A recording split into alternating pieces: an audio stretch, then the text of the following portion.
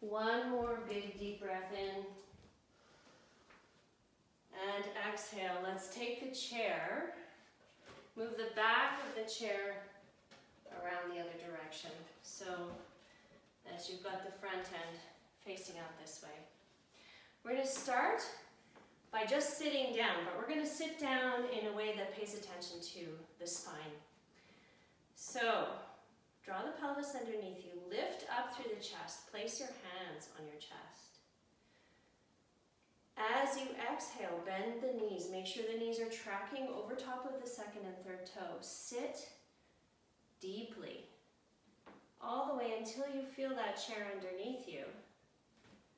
And then allow yourself to sit back nice and tall, drawing in through the belly, lifting up through the chest. Inhale here. And exhale. Turn your body to one side. You can hold on to the back of the chair if you'd like. Please make sure your chair is stable here. We're going to draw the knees up and in. So we can start here. You can hold on to the back of the chair. You can hold on to both of your knees with one hand. You can hold on to your knees with both hands. But please make sure that you're not going to go back and tumble back onto your head. So you might need to hang on to the chair, and that's fine. So from here, we're going to move into tugboat pose. Draw the knees up to the chest. And then if you'd like to challenge this, lengthen the spine, the legs, modified boat pose. And then back to tugboat. Exhale, we're going to move all the way out to canoe pose, Canadian boat pose. Coming back up, tugboat. Turn yourself around. Before you put your feet down, lift your bum up off the chair and then sit nice and tall. Take a moment. That's a lot of work, and we're going to do it on the other side so that your body is even. One more big breath here. You can do it. Turning the body this way. Drawing both legs in. Stabilize first. Taking hold of the legs. Sitting up nice and tall. Maybe you need to hang on to the back of the chair. That's okay. Do so if you need to. It's better than falling down. Lift the feet up. Tugboat. Now there is a place here where you'll notice your sacrum, and that's the bony part at the bottom of your spine, kind of blocks you actually from moving backwards. So allow that to be the stopper for you. Don't go beyond that. Don't challenge that. From here, let's see if we can lengthen the legs, the spine. Classic Indian boat pose. And then come back in, find tugboat. Exhale, maybe Canadian boat pose. Lengthening out. And coming back up. Turn the legs around before you sit. Bum comes off the chair, even if it's just for a second. And sitting up nice and tall. Inhale. And exhale. Woo, good job. One more inhale here. One more exhale. Nicely done. Okay. So I think we can get rid of this chair now. Just move it out to the side. We may use it again. We're going to take ourselves this time onto the mat. So through a vinyasa, which means reaching up into the air. Exhale, forward fold. Inhale, looking up. And exhale, find yourself in plank pose here.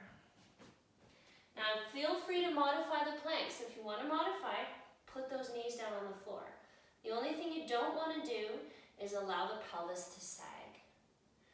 From here, we're going to take knees wide, toes together, reach the pelvis back, and move into a comfortable balasana or pose of a child. Now, if you've got a book or something like that, you might want to rest your forehead on top of the book.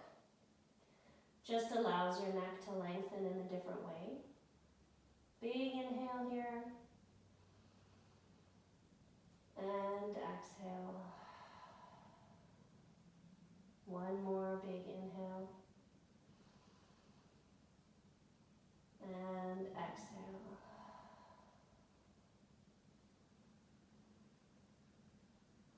As you inhale, come up onto all fours. As you exhale, look out in front of you. Just take a moment here. This time we're going to inhale. The chest will drop. The eyes will look up to the ceiling. The bum is kind of sticking out behind you into this pose called cow pose. And as you exhale, arch the spine. Draw the pelvis in. Draw the chin toward the chest. Cat pose. We're going to reverse it one more time. Allow the chest to drop through the shoulder girdle. Stick your bum out behind you. Look up at the ceiling. Cow pose. And reverse it. Spine arches up. Draw the chin in. Back to cat pose. As you inhale, find a neutral spine. Tuck the toes. We're going to do one regular downward facing dog in this class. So bend your knees, press into the hands.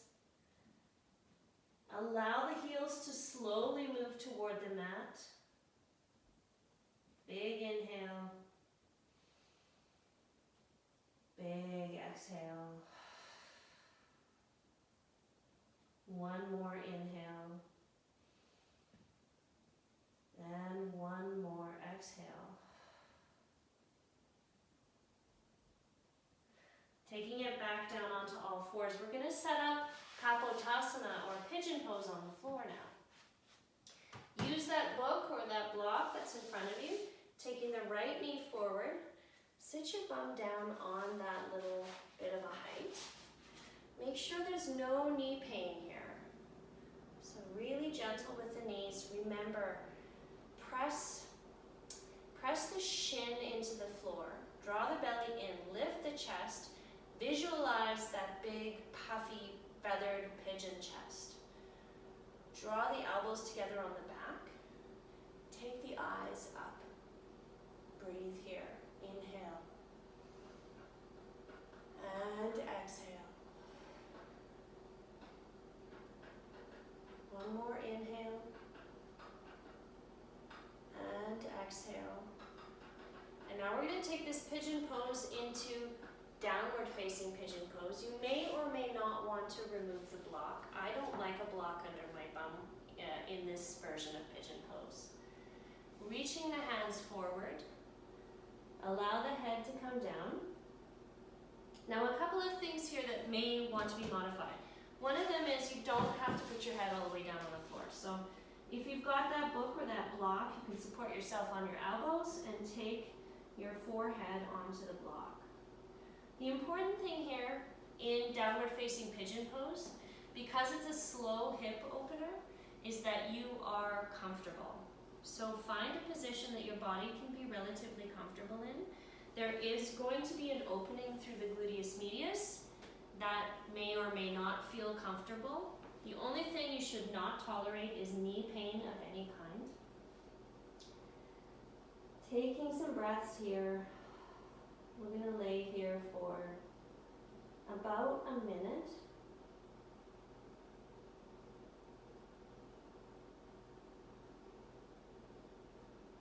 Try to find the space in yourself to be relaxed in this stretch. It's a wonderful decompression stretch. It's wonderful de-stressing this downward facing pigeon pose. So allow yourself to find a place of comfort and release. Release your chest, release your forehead. Ask yourself if there's any tension in the back of of your neck, and if there is, release that too.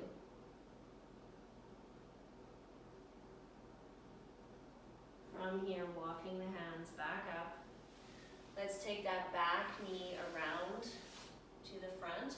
Maybe we're going to cross it over, maybe it comes in front of the shin. So this will depend on the amount of openness in the hips.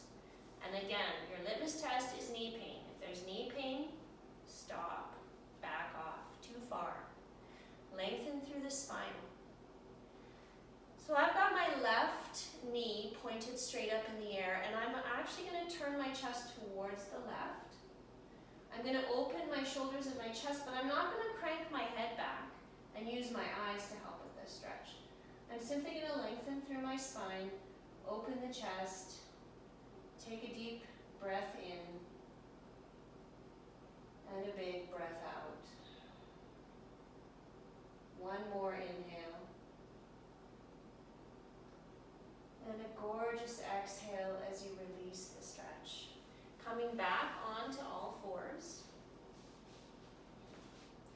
We're going to move on to the other side. So let's move into one cat pose. Press the spine up. Exhale deeply. As you inhale, move back to a neutral spine, taking the left leg forward. Once again, place your book or your block underneath your bum. Reach that other foot behind you. You may find that you need a thicker book or two books. That's okay. Use two books. No big deal. Lift the chest. Squeeze the elbows together on the back. Visualize that pigeon chest. Open through the chest. Really embrace this as a back bend. Squeeze the adductor muscles together, lifting the pelvis slightly up off the floor. This is a working pose, and it's not easy. It's very hard, but it does wonders for your lower back and wonders for hip opening and de-stressing. Releasing the book or the block out from under your bum if you so desire. Taking the hands forward, move into downward facing pigeon pose. Breathe deeply here. We're going to spend about a minute here in this pose.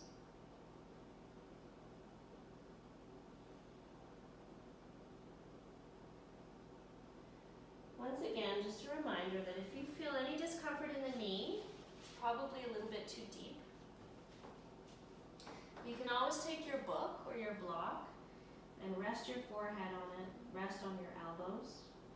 You can always have something underneath your hip, a pillow, a block, a book, anything like that. You can always modify a pose. Breathing deeply here. Nice big inhale. And a long, gorgeous, slow exhale. One more of those.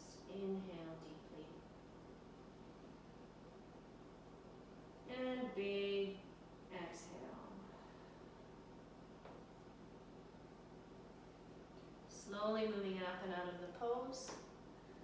Take your back leg around to the front, and once again, the foot can come in front of the shin or crossover, depending on how open you feel through the hips.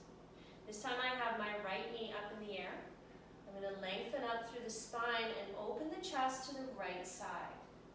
I'm not going to crank my neck. My neck does not have to be involved in this twist.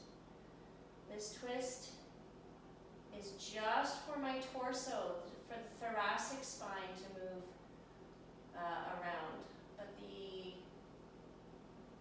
the neck, the cervical spine, it doesn't have to have anything to do with the twist.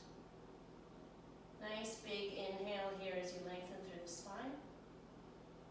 And exhale as you unwind the twist, taking the legs forward, sitting up nice and tall, taking a big breath in.